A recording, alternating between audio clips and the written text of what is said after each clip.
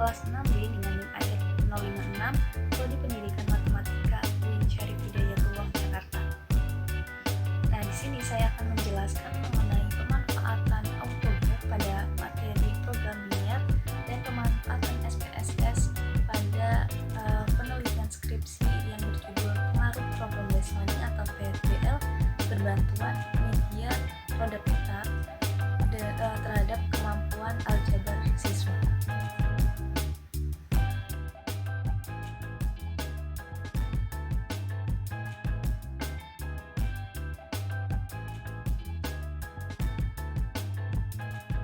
Kita masuk ke contoh soal pemanfaatan AutoGraph pada program linear. Contoh soal yang pertama itu nilai maksimum fungsi objektif f(x, y) sama dengan 4x ditambah 5y yang memenuhi sistem pertidaksamaan x ditambah 2y lebih dari atau sama dengan 6, x ditambah y kurang dari atau sama dengan 8, x lebih dari atau sama dengan 0, y lebih dari atau sama dengan 2 adalah titik-titik. Nah, yang pertama kita buka dulu aplikasi AutoGraph-nya. Kalau udah kita buka, kita klik di bagian pojok kiri atas ini. Ya, ini kita klik icon new 2G Graph page yang ini untuk menampilkan halaman baru. Lalu selanjutnya kita klik kanan untuk enter equation, atau bisa juga di atas ini ya, yang ini yang di menu atas ini enter equation. Enter equation lalu masukkan nilai pertidaksamaannya. Nilai pertidaksamaan yang pertama itu yang ini x ditambah 2y lebih dari atau sama dengan 6. Kemudian kita klik OK. Nah, di sini AutoGraph akan menampilkan grafik dari pertidaksamaan tersebut. Kemudian untuk menampilkan grafik yang lebih luas, kita klik ini, drag, lalu klik perkecil atau perbesar.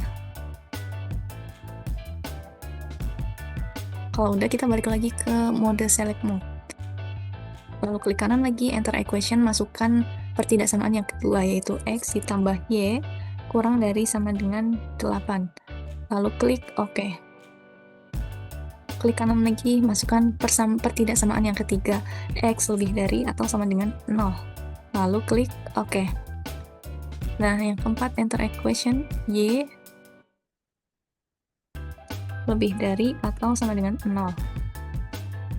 Lalu klik OK. Nah,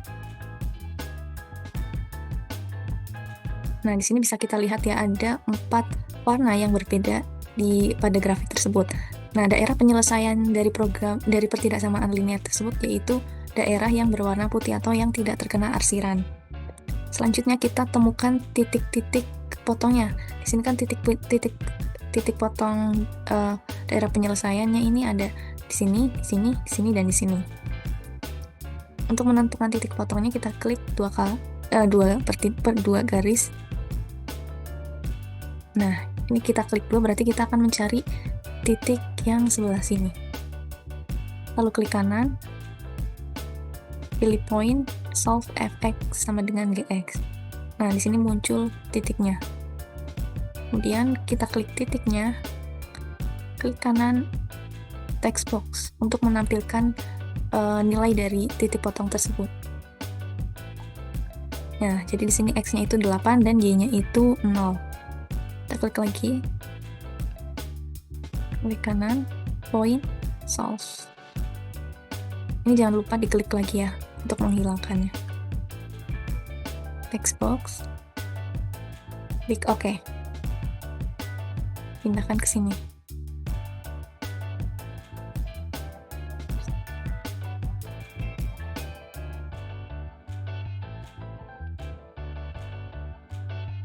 Nah, ini agak beda ya. Di sini klik titiknya, klik kanan text box.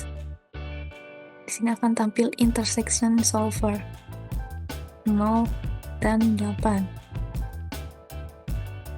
Ini juga klik kanan, point, solve.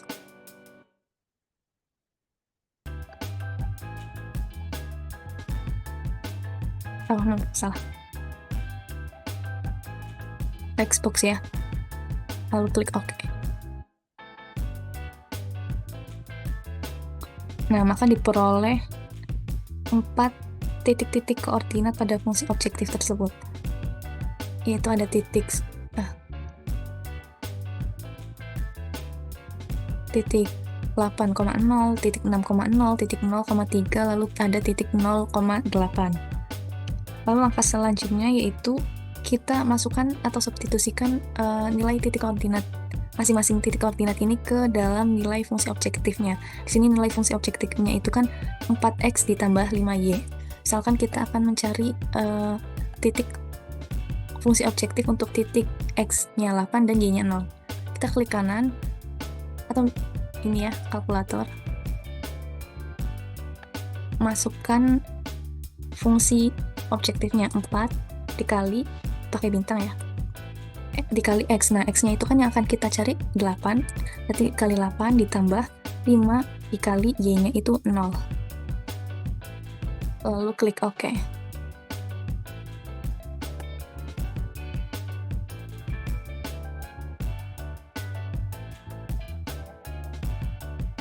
Klik OK. Nah, hasilnya yaitu 32. Lalu ke titik selanjutnya untuk titik 0 dan 8, kita masukkan fungsinya 4 dikali 0 tambah 5 dikali 8. Hasilnya yaitu 40 untuk titik 0,8. Untuk titik 0,3,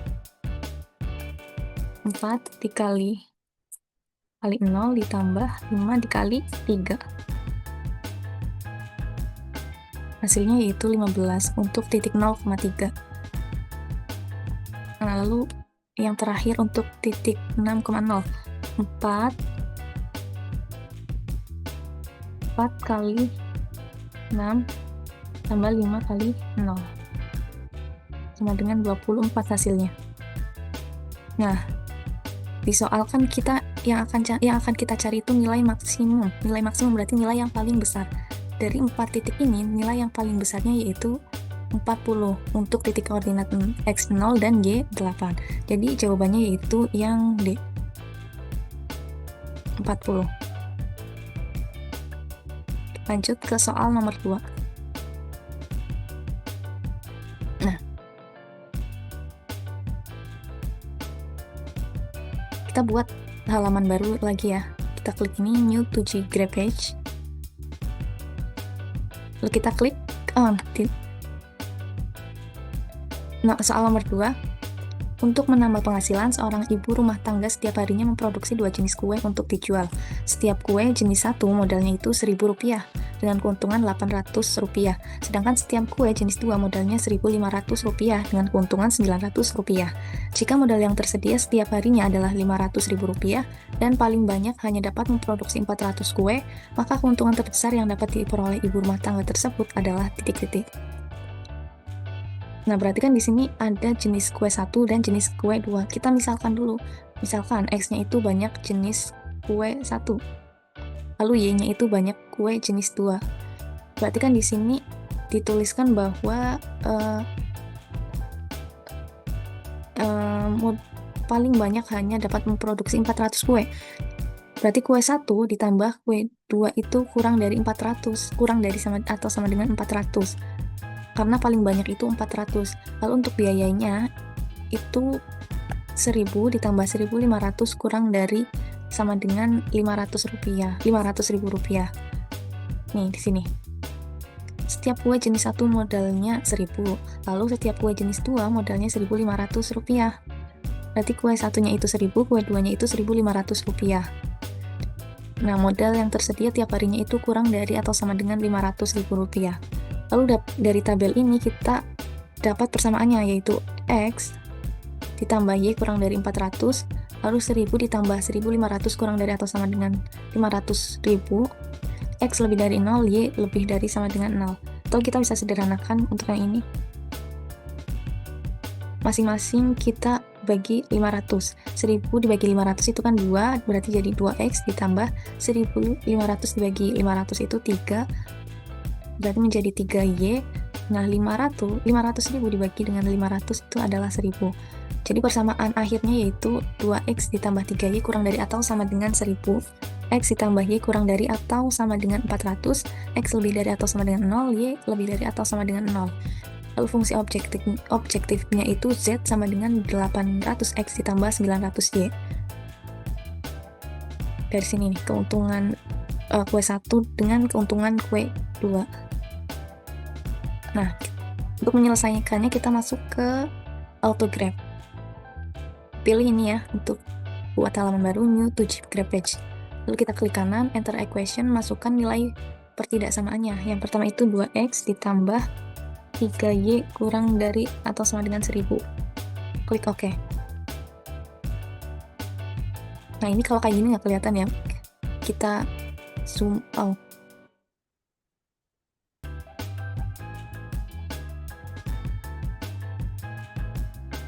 Nah, kita drag agar lebih jelas. Lalu klik kanan lagi untuk memasukkan pertidaksamaan kedua, itu X ditambah Y kurang dari atau sama dengan 400. Klik OK. Enter lagi, X lebih dari atau sama dengan 0. Enter lagi, Y lebih dari atau sama dengan 0. Oke. Nah, bisa kita lihat ya di sini itu daerah penyelesaiannya yang warna putih ini. Lalu kita cari titik-titik potongnya. Klik garis yang berpotongan, lalu point, solve, fx sama dengan gx. Klik titiknya, klik kanan, text box. Klik OK. Nah, di sini kita menemukan titiknya yaitu 200 dan Y200. Kita klik lagi.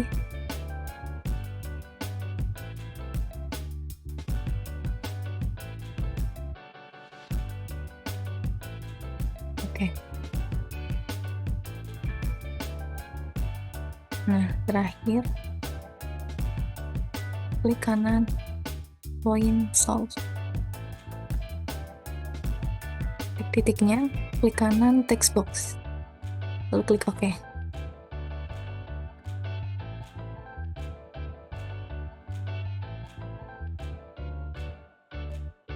Oke.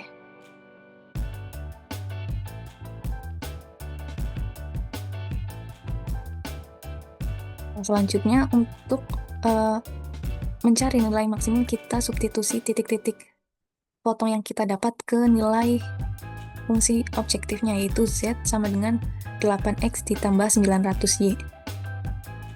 Kita klik kalkulator. Untuk ini dulu ya, titik potong 200 dan 200. Nah, karena di sini kan 200, di sini juga 800. Kekurangannya autograph itu pada kalkulator, dia sulit untuk mendefinisikan nilai atau angka yang besar.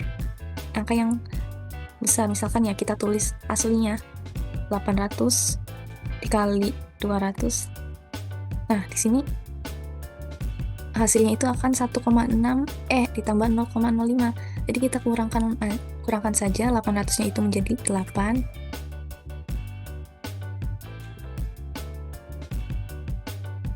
Tambah 9 dikali 200. Nah, di sini kan 800 ya, nolnya itu 2. Berarti kita after text-nya itu kita tambahkan 02.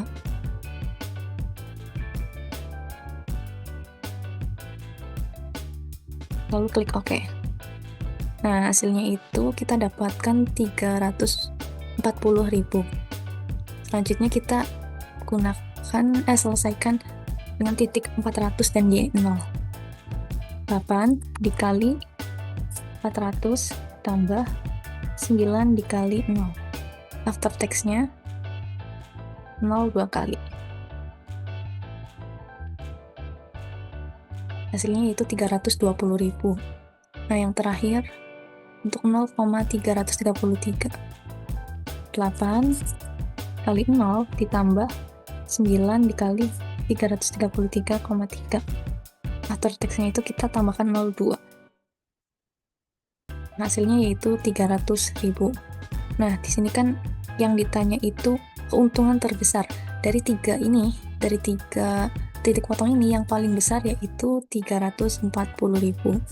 Dengan X-nya 200, Y-nya 200. Artinya dengan banyak W jenis satunya itu 200 dan banyak W jenis duanya itu adalah 200.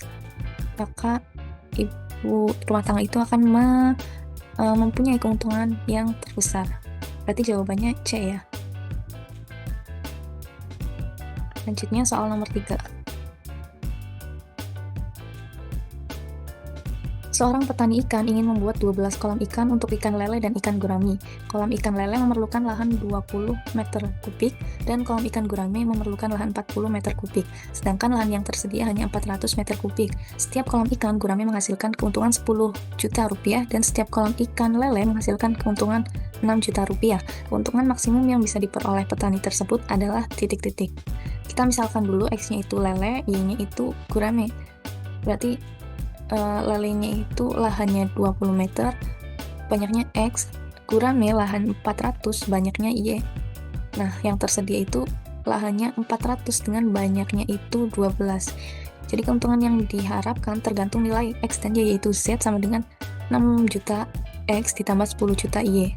Nah, dari tabel ini kita dapat bentuk pertidaksamaannya, yaitu 2X ditambah 40Y kurang dari atau sama dengan 400, atau kita sederhanakan menjadi X ditambah 2Y kurang dari 20. Kemudian ada pertidaksamaan kedua, X tambah Y kurang dari atau sama dengan 12. Pertidaksamaan ketiga, X lebih dari atau sama dengan 0, dan Y lebih dari atau sama dengan 0. Untuk menyelesaikannya di autograph, sama ya seperti yang tadi, kita klik new to Ggraph page, klik kanan, masukkan pertidaksamaannya. X ditambah 2Y kurang dari atau sama dengan 20, yang ini. Klik OK. Zoom out. Lalu klik kanan lagi, X tambah Y kurang dari atau sama dengan 12. Klik OK. Lalu X lebih dari atau sama dengan 0. Klik OK. Y lebih dari atau sama dengan 0. Klik OK. Nah, kita dapatkan daerah penyelesaiannya ini. Kita tentukan dulu titik-titik potongnya. Point solve.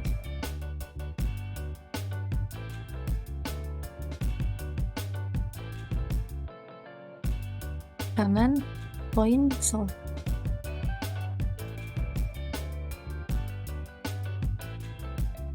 Klik lagi, point solve. Nah, kita klik titiknya, lalu text box untuk menampilkan hasil titiknya.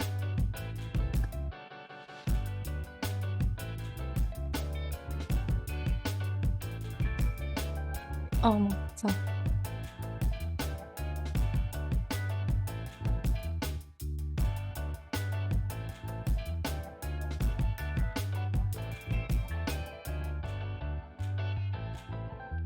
Yang ketiga.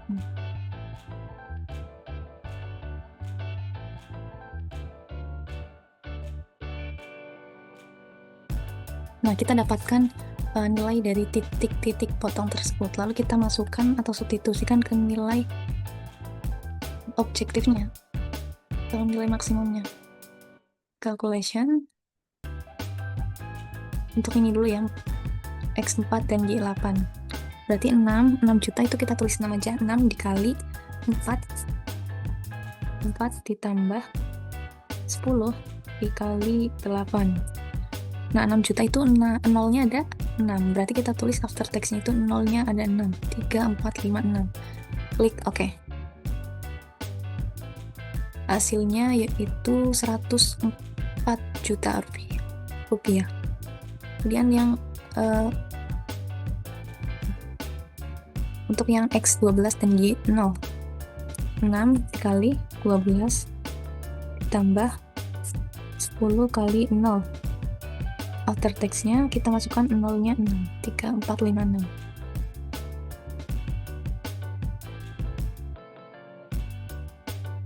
Lagi untuk yang 0,10.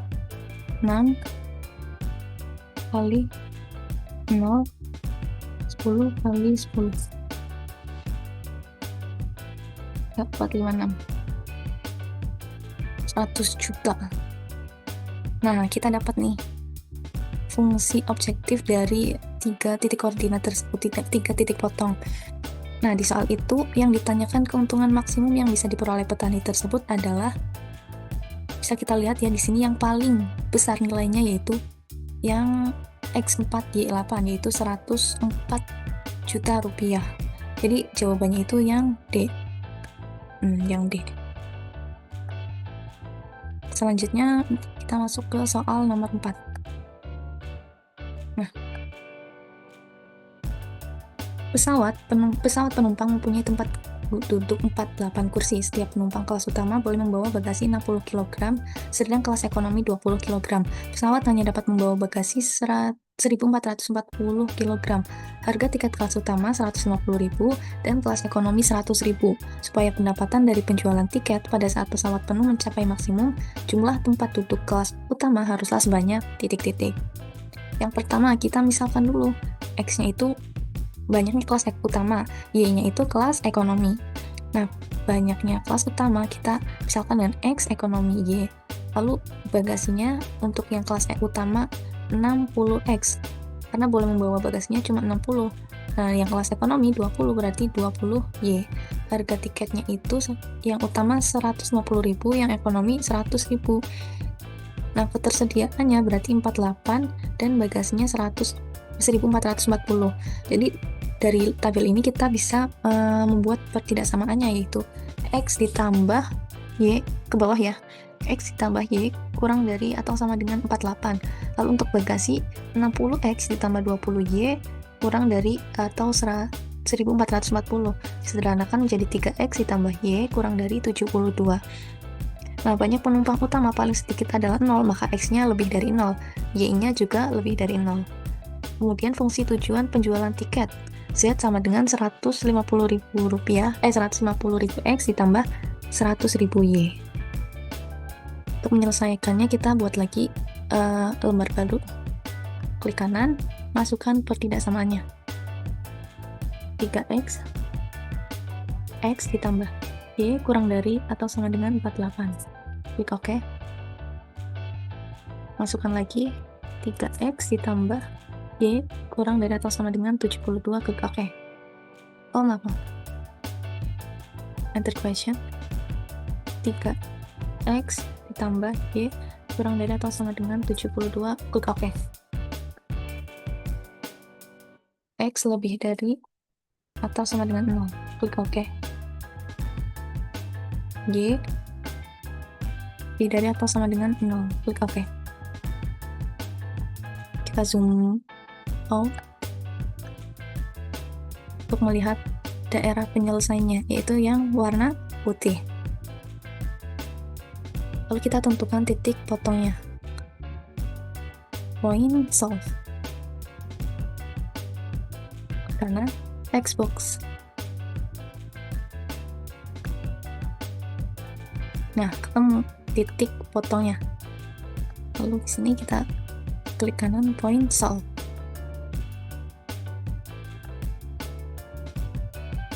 Xbox. Klik OK.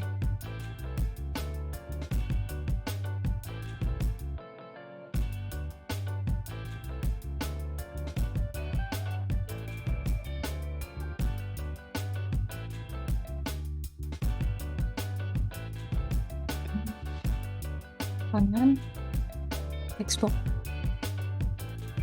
Oke. Nah, berarti ada 3 titik potong.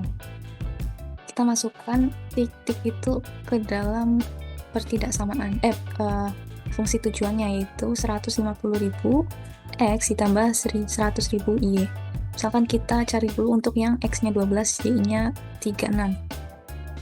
Berarti kita masukkan 15 dikali 12 ditambah 10 dikali 36.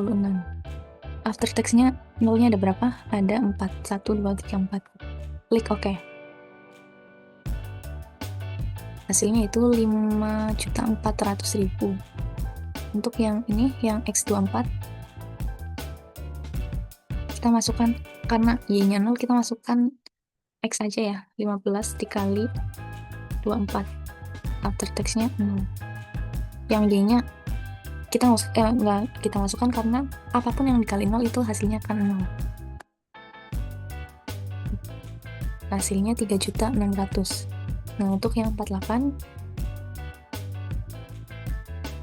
itu kan Y, berarti kita ambil yang Y-nya 10 dikali 48. After text-nya 1, 2, 3, 4, 5. Oh, maaf, 4 deh. Klik OK. 48.000. 4.800.000. Nah, yang di sini itu yang ditanyakan supaya pendapatan dari penjualan tiket pada saat pesawat penuh mencapai maksimum, jumlah tempat duduk kelas utama haruslah sebanyak. Nah, di sini kan kita lihat yang paling besar itu 5.400.000 ya, dengan X-nya 12, Y-nya 36. Di sini yang ditanyakan itu jumlah tempat duduk kelas utama haruslah sebanyak titik-titik. Tadi kan kita udah misalkan bahwa kelas utama itu sama dengan X, berarti jawabannya X sama dengan 12 untuk mencapai nilai maksimum. Hasilnya yaitu A.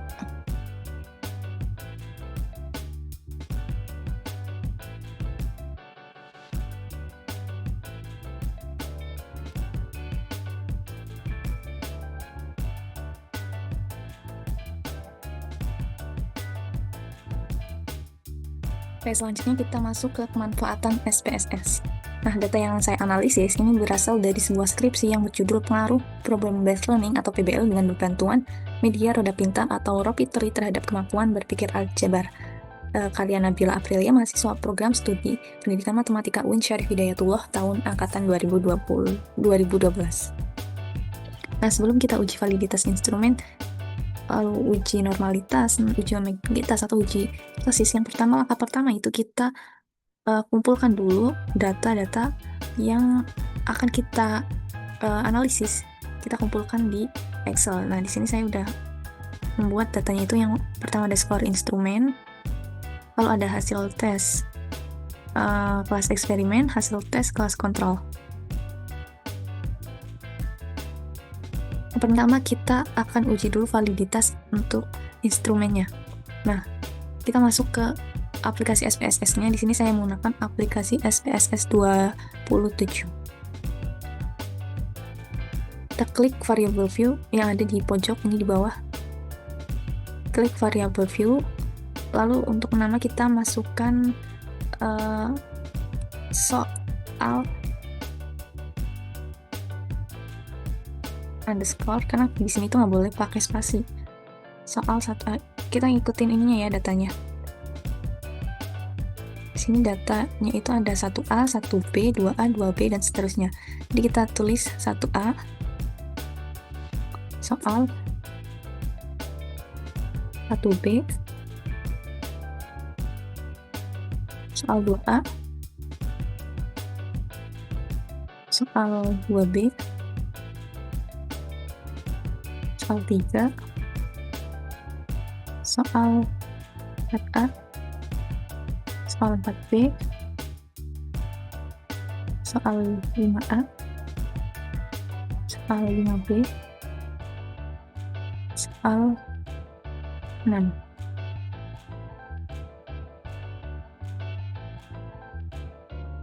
Soal 7. Soal 8. Soal 9. Nah, typingnya itu numerik ya. Lalu untuk desimalnya ini kita ubah menjadi 0 semua. Desimalnya 0 semua. Klik yang di bawahnya ini.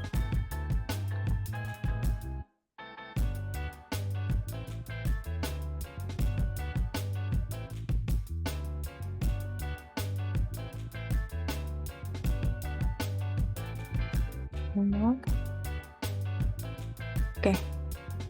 Lalu untuk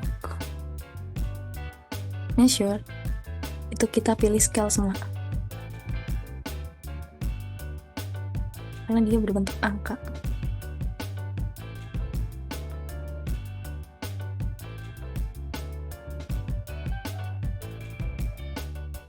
Nah, kalau udah kita pindah ke data view. Nah, ini kan belum ada isinya ya. Kita masukkan data-datanya yang dari Excel kita copy.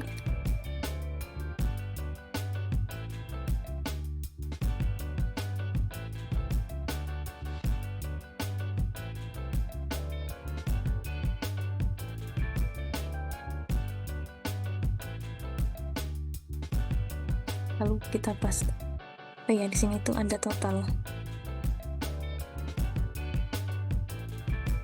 Nah, sini kita udah dapatkan data-datanya. Variabelnya ini desimalnya jangan lupa 0 ya. Lalu untuk uji validitas kita pergi ke bagian analyze. Pilih correlate, lalu klik bivariate. Nah, kita masukkan ke kotak variabel semuanya ya. Kita masukkan semua ke kotak variabel.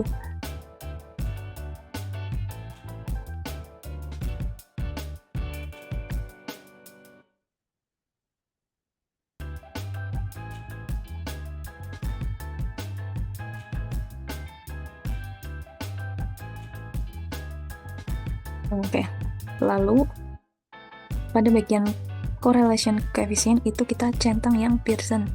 Pada bagian test of significance kita klik yang to tail. Nah, kalau udah kita klik OK. Nah, di sini itu SPSS akan menampilkan output dari data yang telah kita berikan. Di sini untuk soal 1A kita dapat lihat bahwa nilai validitasnya itu 0,745 karena dia lebih dari 0,0, karena dia lebih dari 0,5 berarti dikatakan valid. Nah, untuk yang soal 1B itu 0,760 berarti valid ya. Lalu yang soal berapa? Yang soal 2A nilainya 0,748 berarti valid. Ini juga valid. Ini 0,514 valid karena lebih dari 0,5.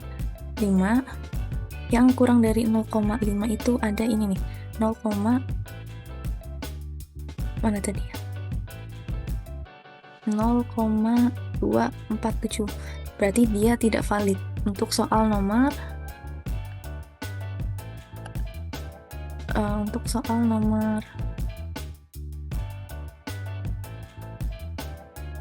5A. Nomor 5A ini tidak valid. Yang tidak valid berarti ada 1, 2, 3, 4.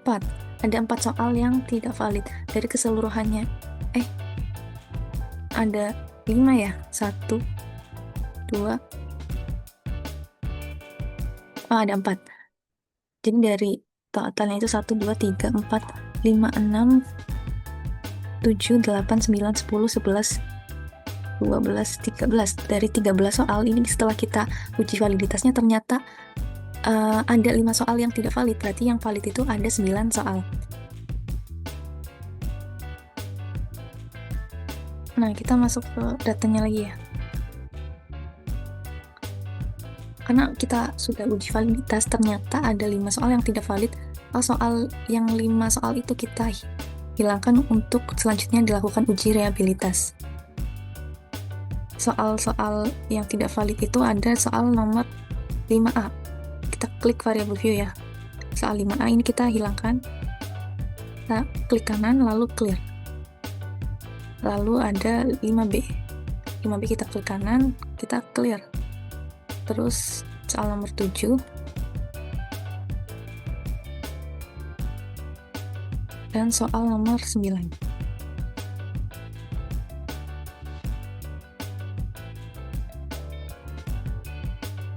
Nah, ini total juga kita nggak perlu ya, jadi kita clear aja. Nah, selanjutnya kita kembali lagi ke data view. Untuk uji reliabilitas kita pilih ke analyze, lalu klik scale ini, kemudian klik reliability analysis. Nah, di sini kan ada 2 kotak ya, item sama ratings. Kita masukkan semua soal-soalnya ke dalam kotak item.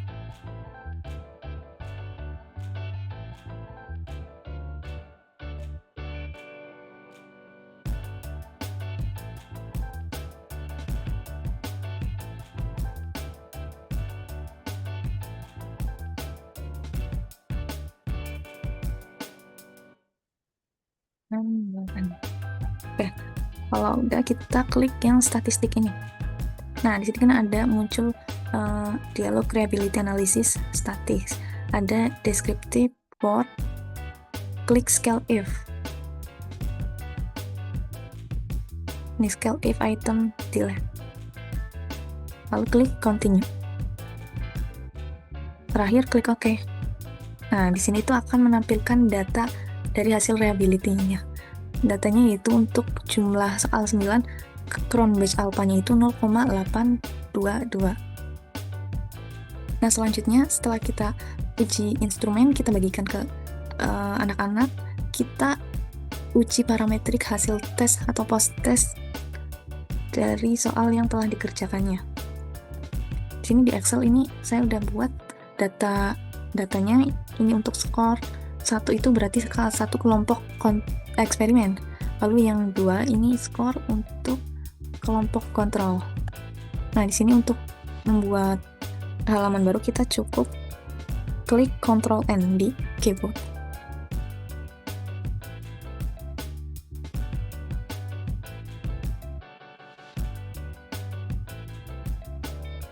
Oke, selanjutnya kita klik variable view. Nah, namanya itu kita klik kelas. Yang pertama kelas, lalu yang kedua itu skor.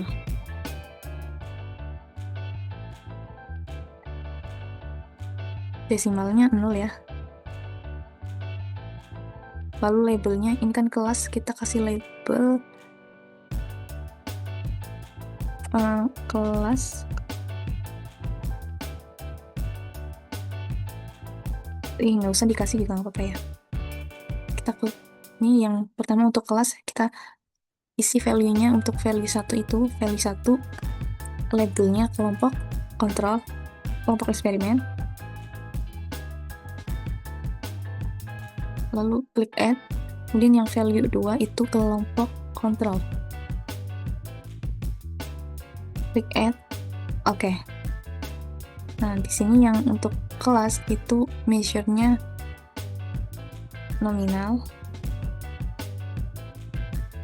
lalu yang skor measure-nya scale. Nah, kalau udah, kita kembali ke data view. Kelas kita masukkan nilai kelasnya, ini kelas ini ya, 1 sama 2. 1 itu kelas eksperimen dan 2 itu kelas kontrol. Di sini ada 31 responden. Lalu skornya ini kita copy.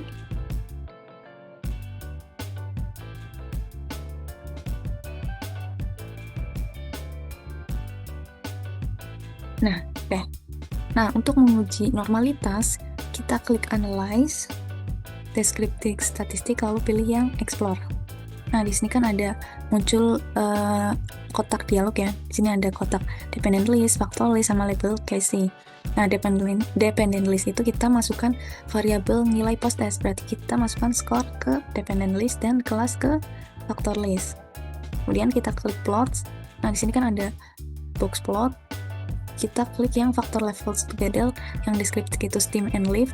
Lalu nah ini normality plots with test itu kita centang. Continue, lalu klik OK. Nah, di sini akan muncul nilai normalitasnya untuk kelompok eksperimen dan kelompok kontrol. Itu signifikannya 0,82 dan kelompok kontrolnya itu 0,18. Di sini ada juga yang menggunakan Kolmogorov-Smirnov dan Shapiro-Wilk. Selanjutnya kita akan cari uji homogenitas. Oh iya, dapat disimpulkan ya ini. Dapat disimpulkan bahwa kelompok eksperimen dan kelompok kontrol ini memiliki data yang normal. Lalu selanjutnya kita uji homogenitas, homogennya atau kesamaan variansnya. Sama kayak tadi pakai data yang tadi. Kita klik analyze, lalu compare means. Nah, pilih one way ANOVA. Kemudian kita masukkan skor ke dependent list, dan kelas ke faktor. Lalu kita klik option yang di sini nih, kita klik option centang yang homogeneity of variance test, lalu klik continue dan oke. Nah, ini adalah output dari homogenitas data yang telah kita analisis.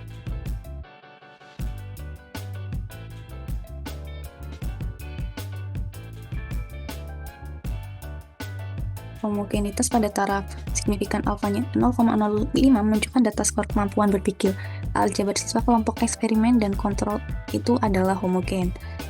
Nah, hal ini itu bisa kita lihat dari cara membandingkan nilai signifikan yang telah diletakkan. Nah, hasil pengujiannya itu diperoleh p-value-nya itu 0,724, di mana dia itu lebih dari 0,05. Jadi H0-nya itu diterima dan dapat disimpulkan bahwa skor hasil tes kemampuan berpikir aljabar siswa itu pada kelompok kontrol dan eksperimen punya variansi yang homogen. Nah, kalau kita udah dapat nilai normalitas atau bahwa datanya itu normal dan homogen, lalu selanjutnya kita uji hipotesisnya menggunakan uji T. Sama pakai data yang tadi. Pada data view ini kita klik analyze, lalu kita klik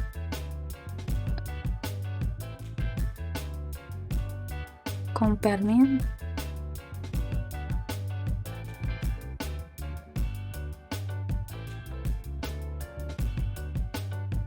klik independent sample t-test. Nah, ini kita masukkan skor ke test variable, kelas ke group variable, kemudian kita klik define group satunya itu kita isi 1, grup 2-nya itu kita isi 2, lalu klik continue. Optionnya ini kita nggak perlu ya, lalu klik OK. Nah, di sini itu akan muncul output independent sample testnya atau uji hipotesisnya.